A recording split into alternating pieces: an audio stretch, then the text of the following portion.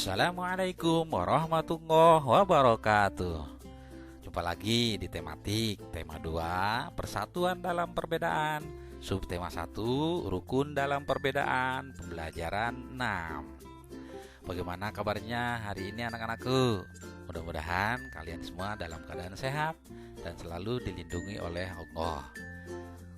Tak bosan-bosan Bapak mengingatkan kepada kalian agar kalian senantiasa selalu mencuci tangan dengan sabun dan dibasuh dengan air mengalir. Jangan lupa selalu memakai masker dan kalian tetap menjaga jarak. Usahakan kalian selalu berolahraga. Oke, untuk hari ini kita akan lanjutkan pelajaran kita, yaitu di pelajaran 6. Mari kita awali belajar hari ini dengan sama-sama membaca basmalah.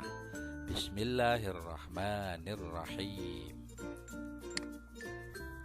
Adapun kompetensi dasar pada pembelajaran ini yaitu ada 2. Yang pertama PPKN, yang kedua bahasa Indonesia. Nah, PPKN ini yaitu menelaah persatuan dan kesatuan terhadap kehidupan berbangsa dan bernegara beserta dampaknya. Kemudian menyajikan hasil telah persatuan dan kesatuan terhadap kehidupan berbangsa dan bernegara beserta dampaknya. Yang berikutnya bahasa Indonesia, menggali informasi penting dari buku sejarah menggunakan aspek apa, di mana, kapan, siapa, mengapa, dan bagaimana. Ini menggunakan metode adik Simba ya anak-anakku. Kemudian memaparkan informasi penting dari buku sejarah secara lisan, tulis, dan visual dengan menggunakan aspek apa, di mana, kapan, siapa, mengapa, dan bagaimana, serta memperhatikan penggunaan kosakata baku dan kalimat efektif. Itulah beberapa kompetensi dasar yang harus kalian kuasai. Adapun tujuan pembelajaran di pembelajaran 6 ini, yang pertama, setelah membaca teks tentang tokoh proklamasi kemerdekaan, siswa mampu menyebutkan informasi penting menggunakan unsur adik Simba. Kemudian, setelah berdiskusi, siswa mampu mengembangkan informasi pada peta pikiran melalui tulisan dengan detail. Yang selanjutnya, setelah berdiskusi, siswa mampu menemukan 3 contoh pelaksanaan nilai persatuan dan kesatuan dalam kehidupan sehari-hari. Dan yang terakhir, siswa mampu menerapkan 3 kegiatan yang sesuai dengan nilai persatuan dan kesatuan dalam kegiatannya di kelas. Itulah tujuan pembelajaran di pembelajaran 6 ini. Nah, di sini sudah ada teks materinya ya. Mari kita baca bersama-sama. Menjadi petugas pengibar bendera tidaklah mudah. Tugas tersebut adalah tugas tim yang terdiri dari beberapa orang dan membutuhkan kerjasama yang baik. Setiap anggota harus memahami anggota lain sehingga upacara dapat berjalan dengan hikmat. Menjadi petugas pengibar bendera sangatlah mulia. Nah, ini ada pengibar bendera pertama ya. Nah, tentunya kalian ya, di antara kalian pernah menjadi petugas upacara ya di hari Senin di Min 7 Tangerang ya. Sudah lama kita tidak melaksanakan upacara pengibaran bendera merah putih ya. Dimana kalau kalian menjadi petugas itu kalian harus kompak, kalian harus bekerja sama dengan anggota lainnya agar ketika berjalannya upacara tersebut ya berjalan dengan lancar dan baik. Itu diperlukan kerjasama tim. Nah, berikut ada bacaan di sini, pengibar sangsaka merah putih. Peristiwa proklamasi kemerdekaan melibatkan banyak pihak. Salah satunya adalah mereka yang mengibarkan sangsaka merah putih. Berkibarnya bendera merah putih menegaskan berdirinya negara Indonesia yang merdeka dan berdaulat. Abdul Latif Hendradiningrat adalah salah satu pengibar bendera pada tahun 17 Agustus 1945 di Pegangsaan Timur, Jakarta. Ia adalah lulusan sekolah tinggi hukum. Saat menjadi mahasiswa, ia mengajar bahasa Inggris di beberapa sekolah menengah swasta seperti yang dikelola oleh Muhammadiyah dan perguruan rakyat. Ia juga ditugaskan ke New York untuk memimpin rombongan tari. Abdul Latif Hendradiningrat pernah menjadi pasukan pembela tanah air atau PETA dan ikut dalam berbagai pertempuran. Ia pernah menjabat komandan komando kota ketika Belanda menyerbu Yogyakarta tahun 1948. Kemudian ia ditunjuk sebagai atase militer RI untuk Filipina pada tahun 1952, lalu dipindahkan ke Washington hingga tahun 1956. Nah, inilah ada teks ya, kalian nanti cari tahu bagaimana isi teks tentang Abdul Latif ini ya, sebagai salah satu pengibar bendera pada tahun 1945 menggunakan metode adik Simba. Sudah ya? Sudah kalian baca? Kalian perhatikan? Nah, di sini ada gambar ya.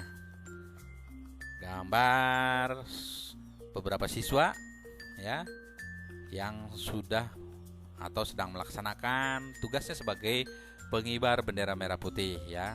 Ini diperlukan kekompakan, diperlukan kerjasama.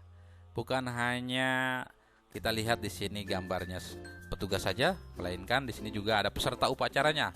Peserta upacara juga ini dengan tertib, sehingga upacara ini berjalan dengan hikmat. Ini juga sama ya anak-anakku.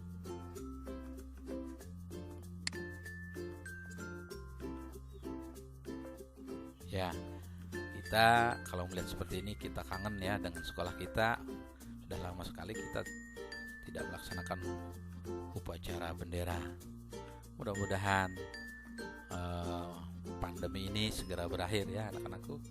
Kita bisa berkumpul lagi seperti biasa.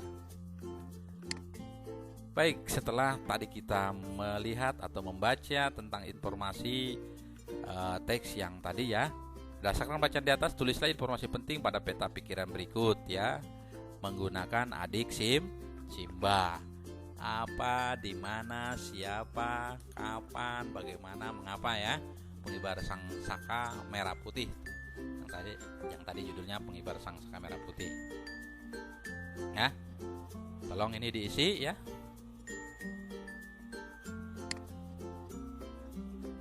Kalian sudah belajar tentang pentingnya hidup rukun dalam persatuan. Berikut 3 contoh wujud persatuan dan kesatuan. Nah, bagaimana hidup rukun dalam persatuan itu tadi sebenarnya sudah ada contoh-contohnya. Kita sudah melihat gambar-gambarnya ya dalam pengibaran bendera merah putih. Nah, di sini contohnya ronda malam. Ronda malam ini bentuk pengamalan nilai-nilai persatuan dan kesatuan, rukun dalam persatuan dan kesatuan. Tuh, ya, ini dilakukan oleh beberapa orang.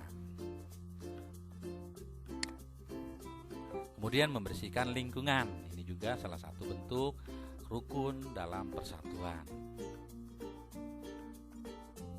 Ya, bekerja sama ya, ada anak kecil, ada ibu-ibu, ada orang dewasa ya, orang tua, bahu-membahu membersihkan lingkungan. Ini bentuk kerjasama, ini bentuk persatuan dan kesatuan ya, yang akhirnya terjadilah kerukunan antara sesama mereka. Kerja bakti, nah ini juga bentuk hidup rukun ya dalam persatuan, di mana saling bahu membahu tuh ya.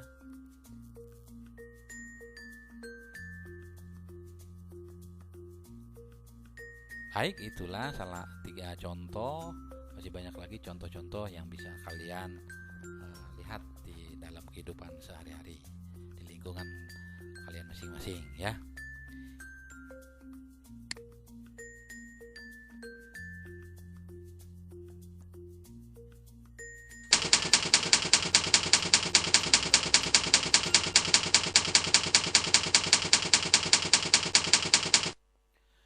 Demikian untuk hari ini.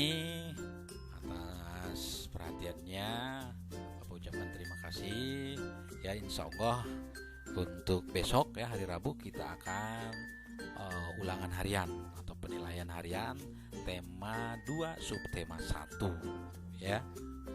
Silahkan persiapkan diri kalian ya. Kalian review kembali pembelajaran 1 sampai dengan pembelajaran 6. Mari kita tutup pembelajaran hari ini dengan sama-sama membaca hamdalah. Alhamdulillahirabbil alamin.